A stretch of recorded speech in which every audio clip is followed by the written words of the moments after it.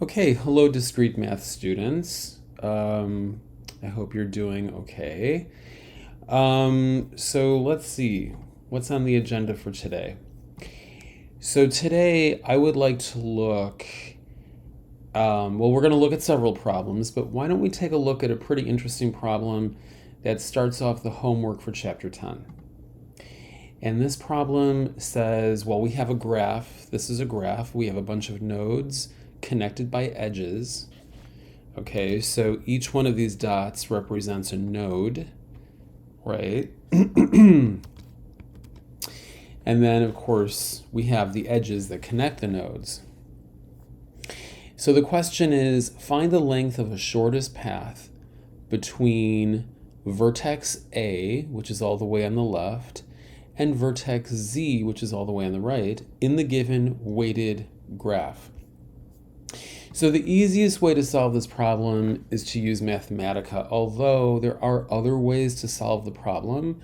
But right now, let's keep it as simple as possible. This is actually a challenging problem, but if you use Mathematica, it's a little easier to solve. And there are other ways. I can actually show you an alternative way, but it's going to take a little bit more work.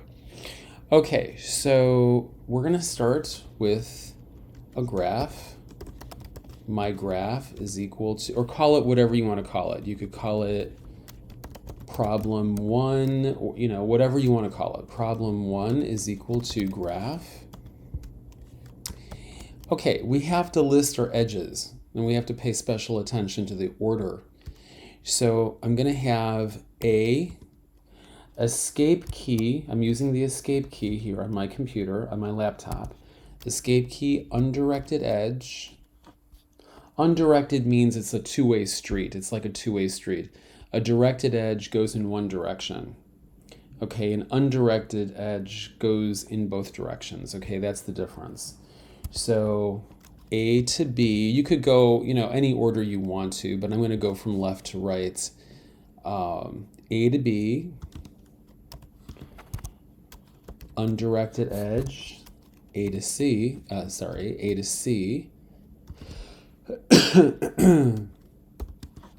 undirected edge, so B to C,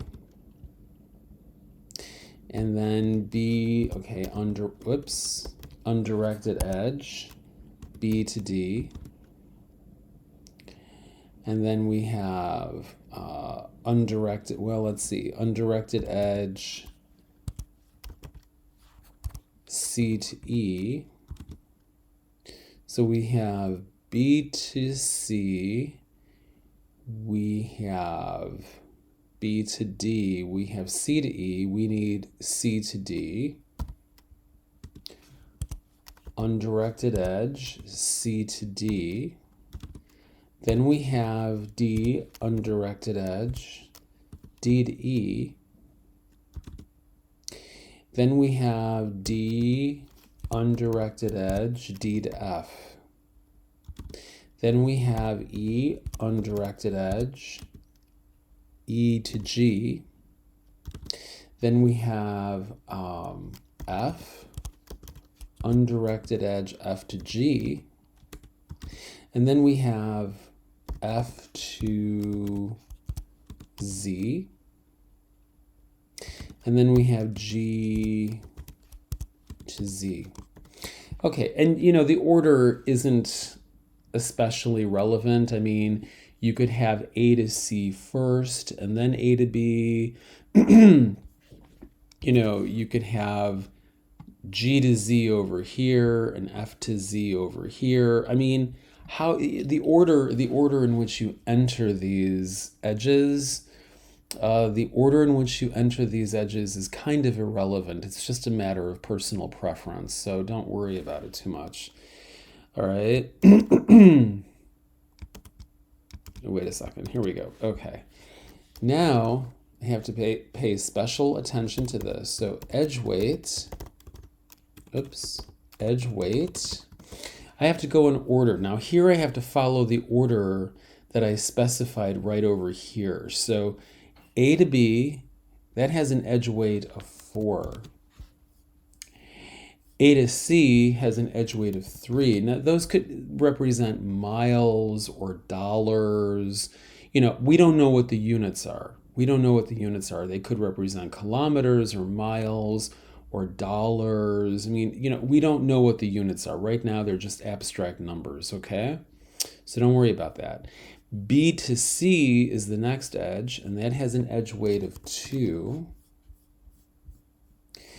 B to D has an edge weight of 5. Let's see, C to E. B to D has an edge weight of 5, and then C to E has an edge weight of 6. C to D has an edge weight of 3. Whoops. That has an edge weight of 3. D to E has an edge weight of 1. Okay. And then D to F, that has an edge weight of 5. And then, let's see, E to G also has an edge weight of 5. And then F to G, that has an edge weight of 2. Okay. That's F to G. And then F to Z, F to G has an edge weight of 2, and then F to Z has an edge weight of 7, and then G to Z has an edge weight of 4. Okay? So Mathematica is showing me a simple picture of what it looks like. Okay? It doesn't have to look exactly like this picture, but it should look reasonably close. So then we have to find the shortest path between A and Z in the given weighted graph. So to do that, we can simply do this. We could say,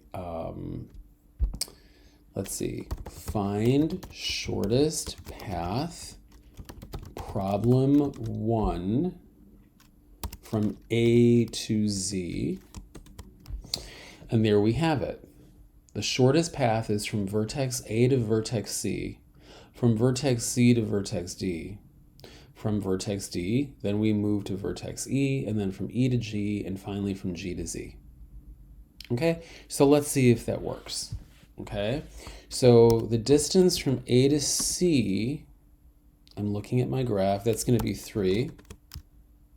And the distance from C to D, that's going to be 3. And the distance from D to E, that's going to be 1. And then the distance from E to G is going to be 5. And then the distance from G to Z is going to be 4. So AC plus, AC plus CD plus DE plus EG plus GZ is equal to 16. So the shortest path has a length of 16 units. Is that correct? And that is correct. Okay, that is correct. Okay, so is that the only path? I mean, it's not the only path, but it's the shortest path. I mean, we could do this. We could do A to B to D to F to Z, and that's going to be 4 plus 5 plus 5, 4 plus 5 plus 5 plus 7.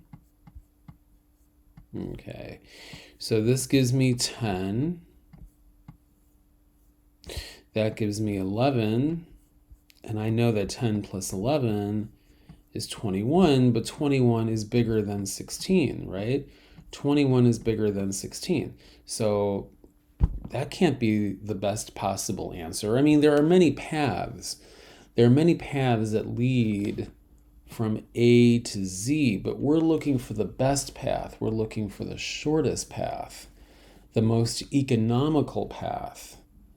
Okay, so, and if you want more details, guys, you should really consult chapter 10 and, look up the information in chapter 10. But this is one possible way of getting the answer. Okay, this is one possible way of getting the answer.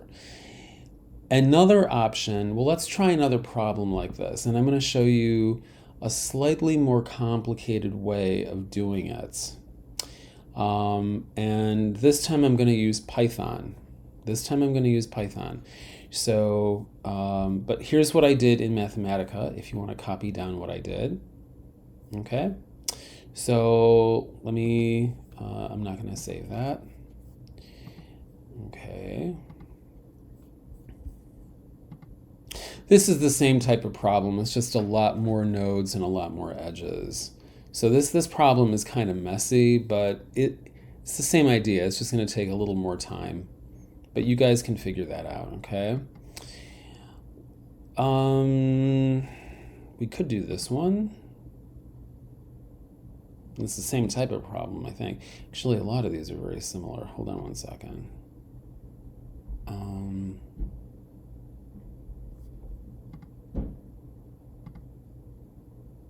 Oh, I see. This is, okay, it's like a similar, okay, A to F, C, okay. I see what they're doing. Okay.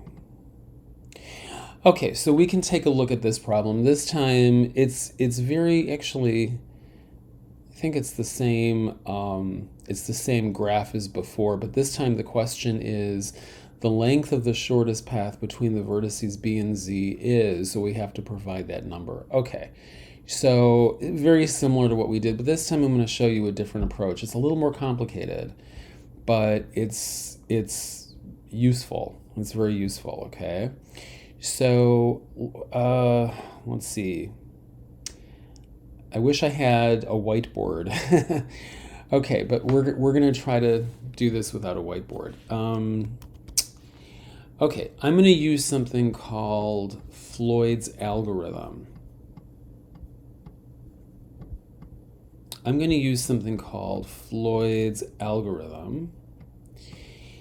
it's really not hard at all. And basically, here we go, Floyd's algorithm, and it's a matrix algorithm. And you have to iterate through every value of the matrix 3 times using 3 for loops. And so basically, well, let's set up the matrix first, okay, before I even start explaining anything. So I hope I have enough room here, but we'll see.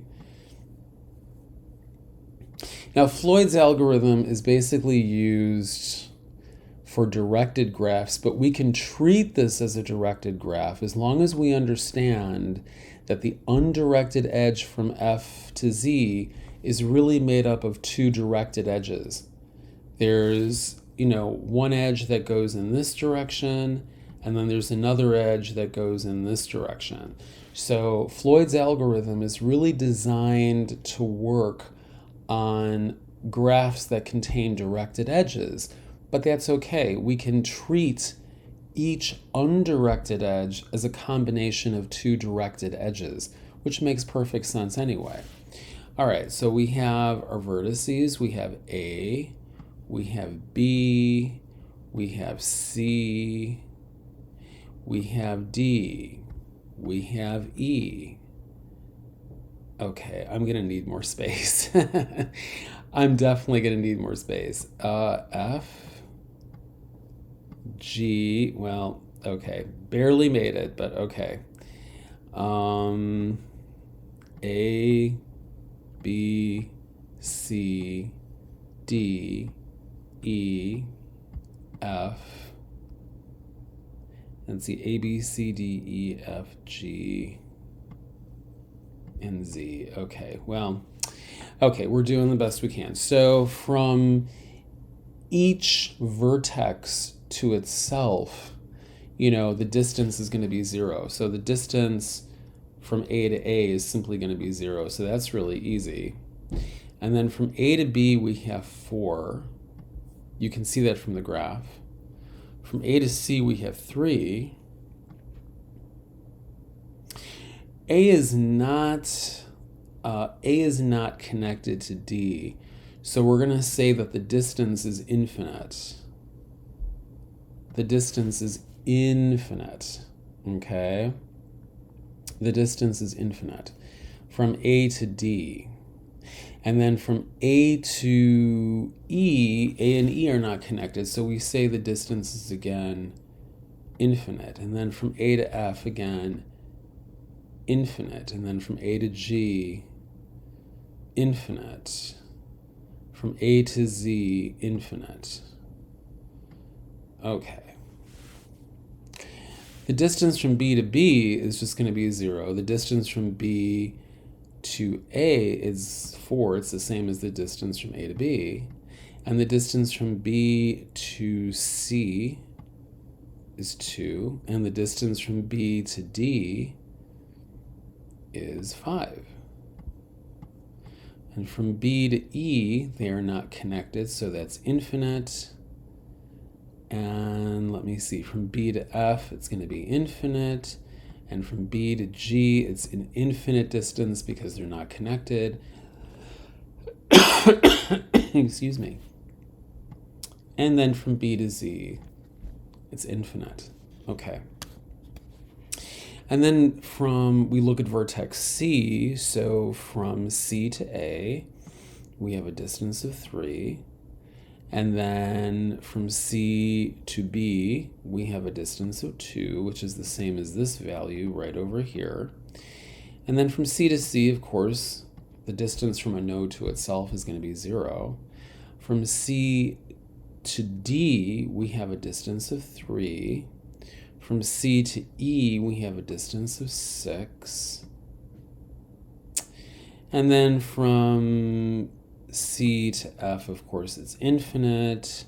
C to G, it's an infinite distance because they're not connected. And C to Z, again, it's an infinite distance. Okay? And then from D to A, we look at D. Okay, so D is not connected to A. Is D connected to B? Yes, D is connected to B, and that distance is 5. There we go. And then from, let's see, wait a second. From D to C, we have a distance of 3. From D to C, we have a distance of 3. From D to D, the distance is going to be 0. And then from D to E, the distance is 1. And from D to F, the distance is 5. And then D is not directly connected to G. We say that distance is infinite. And D is not connected to Z either, or at least not directly, so we say that the distance is infinite. Now we look at E. Okay, so we're almost done here. We look at E. So let's see. Is E connected to A? Not directly. Is E connected to B? Not directly. Is E connected to C? Yes, that distance is 6. Is E connected to D? Yes, it is. The distance is 1. Is E connected to itself? Of course, that distance is 0. Is E connected to F? Not directly. So we say the distance is infinite. Is E connected to G? Yes, that distance is 5. And is E connected to Z? Not directly, so we say the distance is a very, very big number. We say it's infinite. Okay, so let's see. Let me just make sure of something. E is not connected to F. E is connected to G. That distance is 5. And E is not directly connected to Z. So now we look at F. Is F connected to A? No. Is F connected to B? No. Is F connected to C? Not directly, no. Is F connected to D? Yes, the distance is 5. Is F connected to E? No. Is F connected to itself? Yes, but that distance is 0. Is F connected to G? That's going to be 2. And is F connected to Z, that distance is 7. Okay, we're almost done. So we have G. Is G connected to A? No, we say the distance is infinite. Is G connected to B? No, the distance is infinite. Is G connected to C? No, we say the distance is infinite. Is G connected to D? No, the distance is infinite. Is G connected to E? Yes, it is. The distance is 5. And is G connected to F? Yes, the distance is 2. And is G connected to itself? Yes, the distance is 0. And is G connected to Z? It's 4. Okay. Finally, I'm going to have to copy this down on a piece of paper because otherwise, forget it. So is Z connected to A? Not directly. And is Z connected to B? Not directly. Is Z connected to C? Not directly. Is Z connected to D? Not directly. Is Z connected to E? Not directly. Is Z connected to F? Yes, that has a weight of 7. Is Z connected to G? Yes, that has a weight of 4. And is Z connected to itself? Yes, the weight, of course, is going to be 0. Okay, let me pause the video and copy down this matrix because we're going to need it if we're going to figure out the solution. Okay, let me just pause the video for a moment. Pause. Okay, guys, let me make sure I'm recording here. Okay, so I just copied down the matrix. I just want to show you something quickly.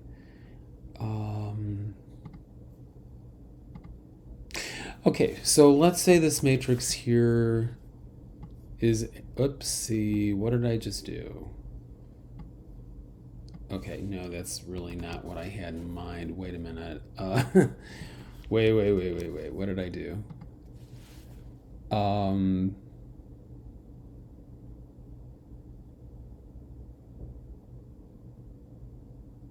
What did I just do?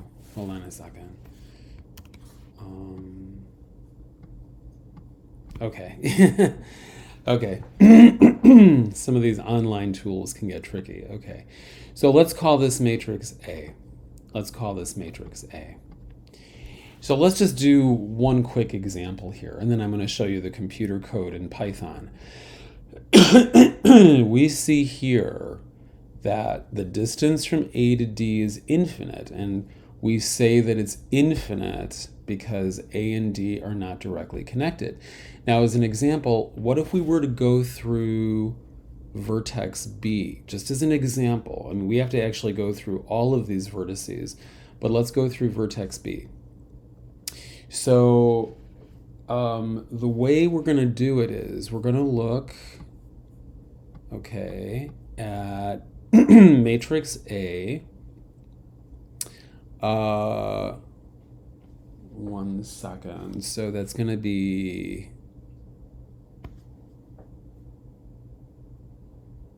one second. So that's going to be row A, column B, and then we're going to look at matrix A, row B, column D. And so if we're trying to get from A to D, from vertex A to vertex D, through the intermediate node of B. So if we look in, okay, matrix A, row A, column B, we see that this is 4. We see that this is 4. And if we look in matrix A, row B, column D, we see, excuse me, we see that this is equal to 5. 4 plus 5 is equal to 9. And then we have to ask the question, is 9 less than infinity? Yes, it is. It is less than infinity. So this new distance, the better distance, is going to be 9. And that makes sense because we have 4 plus 5 is equal to 9. So this is called Floyd's algorithm, and you have to go through every single node of the matrix. You have to go through every single node of the matrix in order to make this work. That's actually pretty challenging, okay? I mean, if you're gonna, excuse me, if you're gonna do this by hand, that's gonna take a very long time. I mean, if you're gonna do this by hand, good luck. It's gonna take you a whole day to finish this. It's going to be quite challenging. So let's use a Python. Let's sort of implement this with a Python program or something close to a Python program. Okay. So please, guys, copy down the matrix that I have. Copy it down and follow me along as I'm using Python to solve this problem. Okay. Just want to check something really quickly. Yeah, okay, this is working fine. There we go. And of course, that's my name.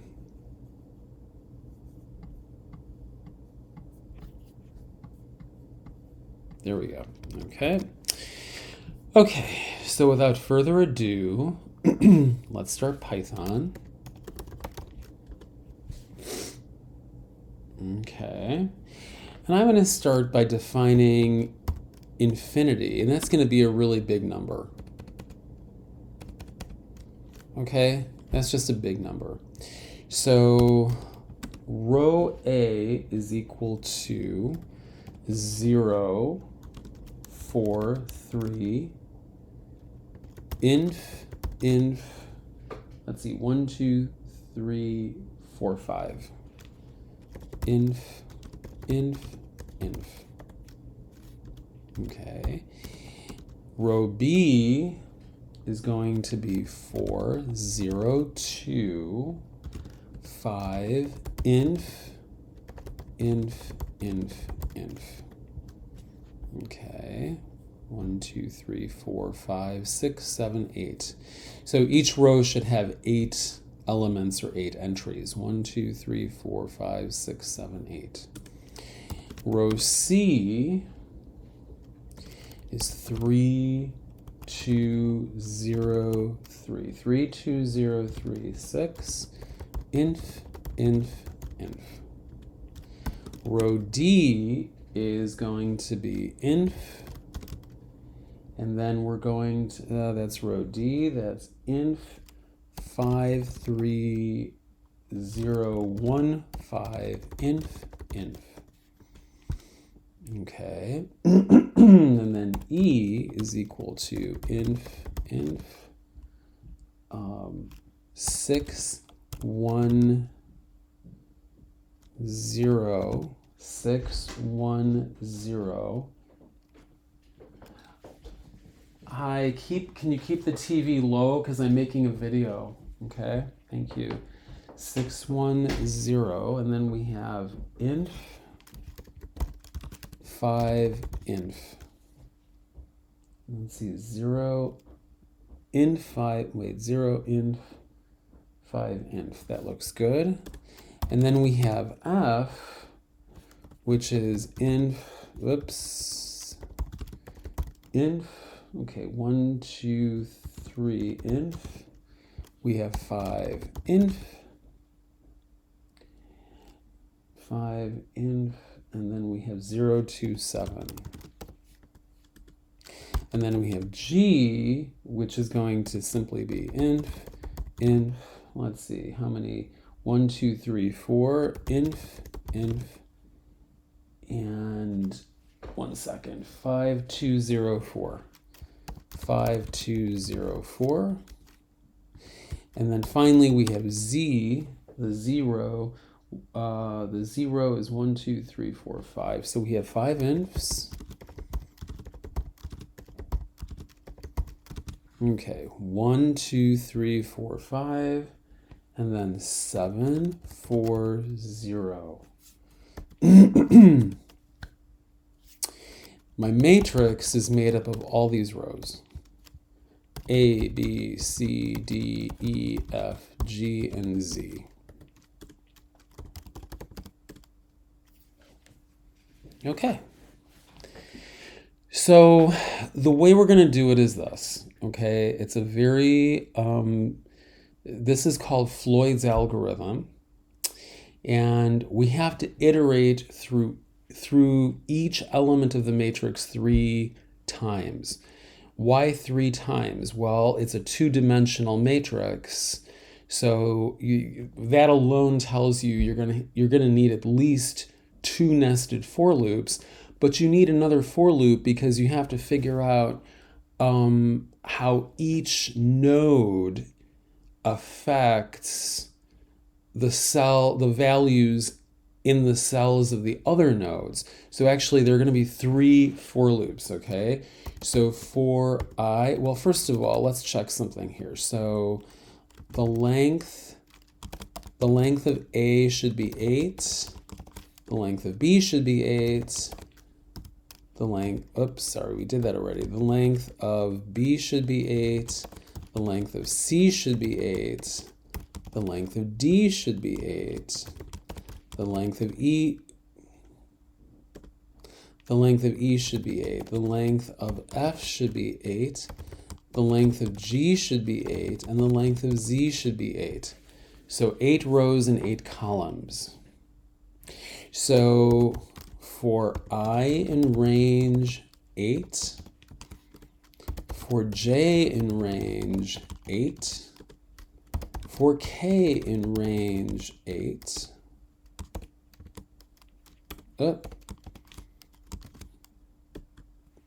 okay, so then we're simply going to say matrix JK is equal to the minimum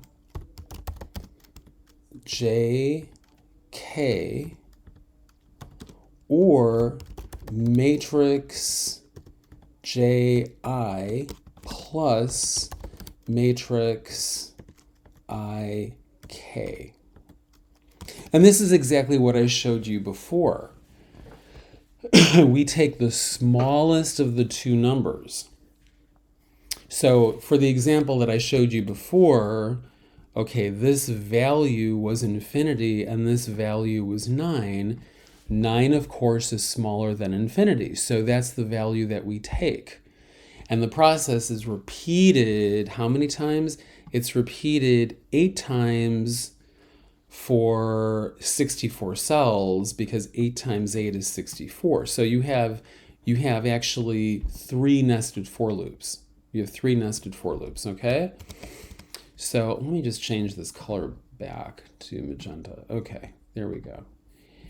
And let me make sure we're okay. Matrix JK or matrix JI plus matrix IK, and we're good. So now let's take a look at the matrix. That looks really good. That looks really good. Okay, so the original question, we're looking for the length of the shortest path between the vertices B and Z. B and Z. So let's look in the second,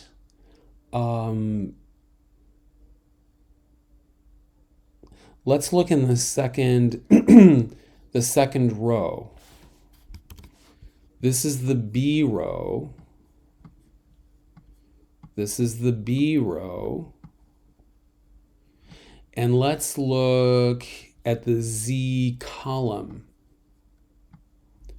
The Z column. And we see here an entry of 15, or you could look at the 0, which is the 0 is right over here. This is the 0. And you could look in the B column and you'll also have an entry of 15. So that value, the shortest path, The shortest path has a length of 15. That's from B to Z. Okay, from B to Z, that shortest path has to be 15. So this is called Floyd's algorithm. Floyd's algorithm. So let's see if we have the right answer. Hope so. 15, check my work, and that is the correct answer. Admittedly, it's probably easier just to use Mathematica, but it's good to learn. It's good to learn how to do these problems using different strategies. Okay, it's good to learn, different strategies for solving these problems. Okay. Actually, how long is my video so far? Is there time to do, well, okay, so I don't like to make super long videos, guys, but let me just do a couple problems from chapter 2, and then we're going to call it a day, okay?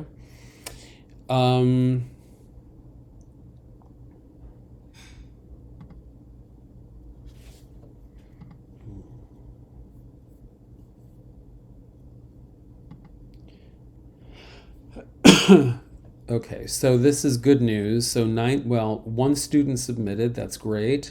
5 students in progress, 9 students not started. So guys, please make sure you're doing the homework. You've got to do the homework and you've got to start it now. Please don't wait. I realize everything has a due date of December 15th before midnight, but I'm really worried that some of you are going to wait until the end of September or something like that to start the homework. That's really a bad idea. That's just a bad idea. Please don't do that. Okay. I'm going to make these problems a little bit quick, okay? So, okay, well, it would be, there we go. Wondering what's going on here. So, let's go, well, let me see here. Okay, so I was looking at some of these problems last night, and let me just go over a couple of them very quickly with you.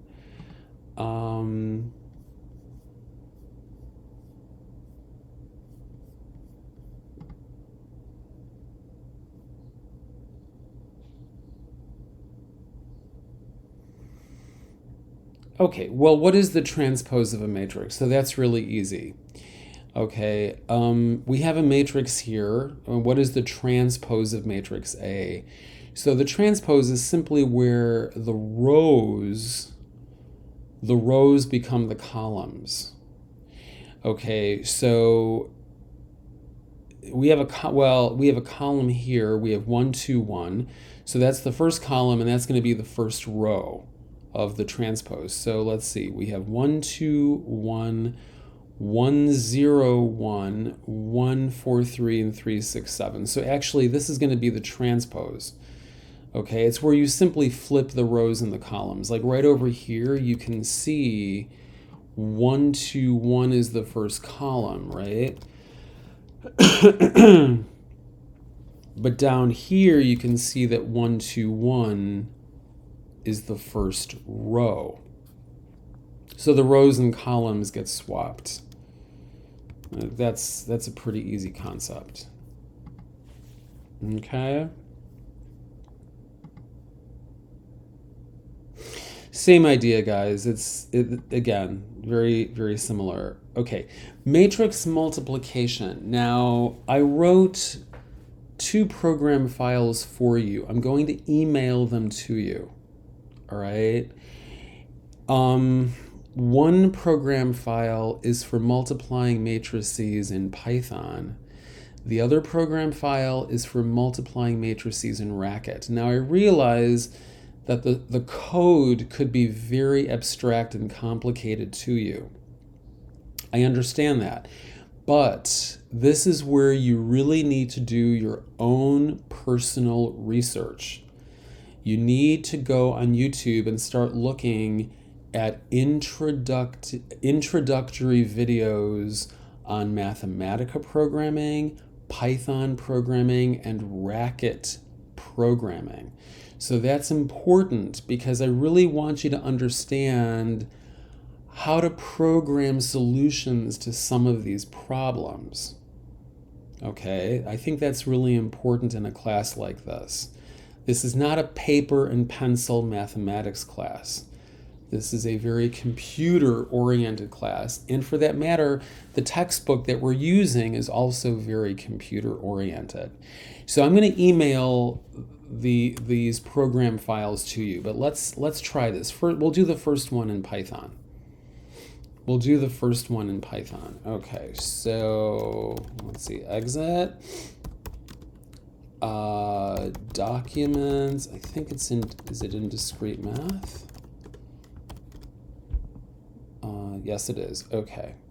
So IPython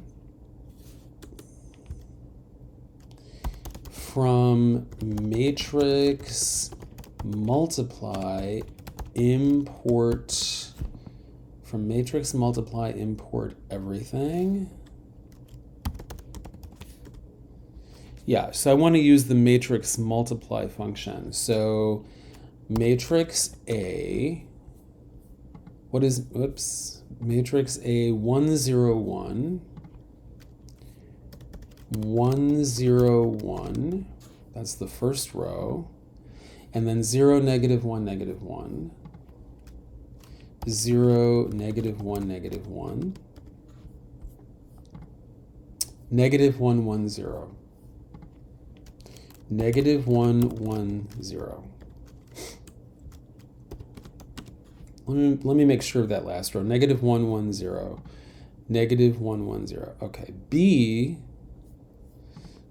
0 1 negative 1, 0 1 negative 1, 1 negative 1 0, 1 negative 1 0, and then negative 1 0 1, negative 1 0 1. Okay. So matrix multiply AB for row in, print the row. Okay, so this is going to be the answer. Negative 1 1 0, negative 1 1 0, 0 1 negative 1, 0 1 negative 1, and 1 negative 2 1. So I think you know what, it's the first one. This is going to be the answer. Okay?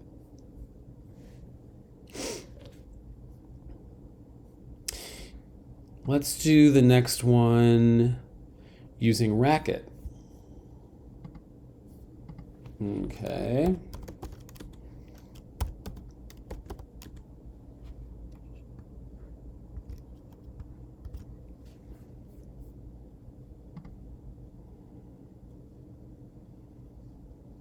And again, guys, I will definitely email you these files so that you're able to use them. I don't really expect you to understand the code that well yet, but hopefully by the end of the semester, a lot of this code will make a lot more sense to you, okay? Let's see.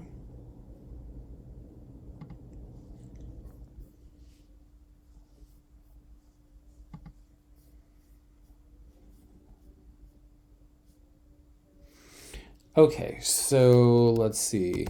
Define matrix A.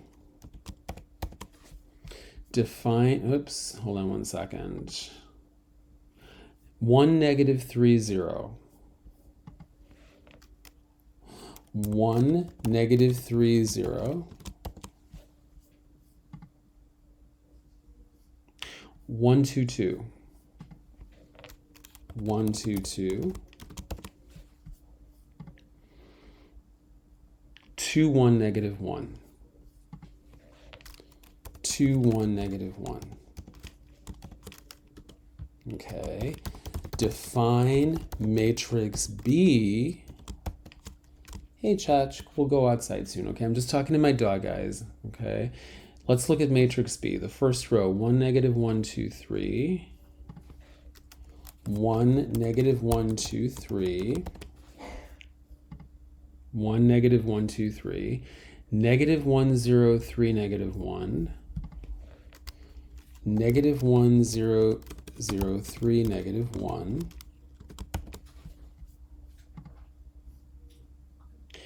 Negative 3, negative 2, 0, 2. Negative 3, negative 2, 0, 2. Negative 3, negative 2, 0, 2. Let me just make sure. Negative 3, negative 2, 0, 2. Okay. So then matrix multiply matrix A, matrix B. Let's see. Let's print out those rows, okay?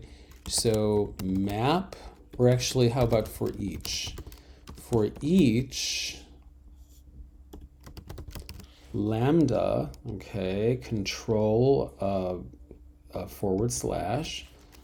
For each, I'm going to make up a variable name, x, or I'll call it row. Display ln row. Matrix multiply matrix A, matrix B. Okay, so the answer should be, let's see, 4, negative 1, negative 7, 6, negative 7, negative 5, 8, 5, okay, and then 4, 0, 7, 3. Okay,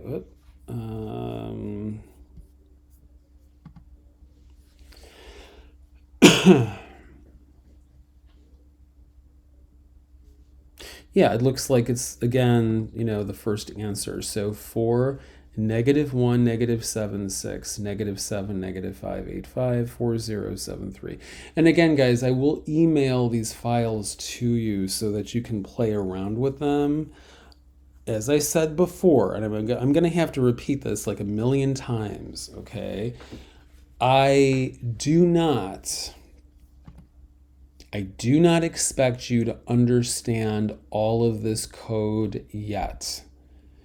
Okay? I do not expect you to understand all of this code yet. But I am hoping that by the end of the semester, you will understand like 95% of this. Okay? So there are very good videos on YouTube that will show you the basics of Python and show you the basics of Racket. And there are also videos on YouTube that will show you the basics of Mathematica. You need to start watching those videos, okay? You really do. So I cannot emphasize that enough, okay? So check my work. And yes, that is correct. Okay, so I think this video has gotten long enough. If it gets any longer, I think some of you are going to start to fall asleep. Okay, so in a few days, I'll make another video. Hopefully that will provide you with some motivation and kind of, you know, point you in the right direction so that you start to really understand this material a little better. Okay? All right, guys, if you have questions or if you need assistance, just email me. Take care and have a fantastic, sensational day. Bye-bye.